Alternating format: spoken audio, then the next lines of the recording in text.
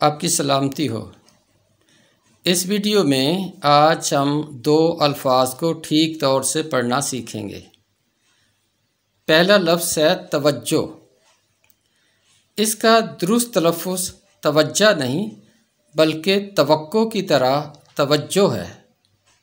किताब मुक़द्दस के उर्दू तर्जमे में मुख्तलिफ़ मकामात पर यह लफ्ज़ कोई 40 बार आया है। मिसालें। पहला हवाला, ए खुदावंद मेरी आहों पर तवज्जो कर। 5वें ज़बूर की पहली आयत।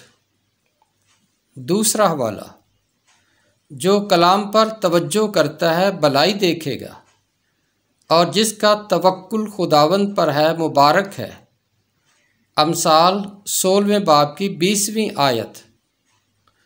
अरबी ज़ुबान का लफ्ज़ तवज्जो जिस लफ्ज़ से निकला है वो है वजह और इसका मतलब है चेहरा, सूरत, शक्ल। यूँ तवज्जो करना का मतलब हुआ किसी की तरफ मुँह करना, ध्यान करना, राग़िब होना, ख्याल करना, मेहरबान होना वगैरह। दूसरा लफ्ज़ है मुतवज्जे। इसका ताल्लुक़ भी लफ्ज़ तवज्जो के साथ है। इसका दुरुस्त तलफ़्फ़ुज़ मुतवज्जे है। मुतवज्जे होना का मतलब है तवज्जो करना, यानी मुँह करना, ध्यान देना, ख्याल करना, मेहरबान होना। लफ्ज़ मुतवज्जे किताब मुक़द्दस के उर्दू तर्जमे में मुख्तलिफ़ मकामात पर कोई 36 बार आया है। मिसालें।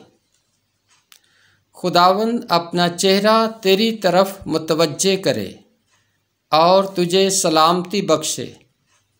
गिनती 6 बाब की 26वीं आयत।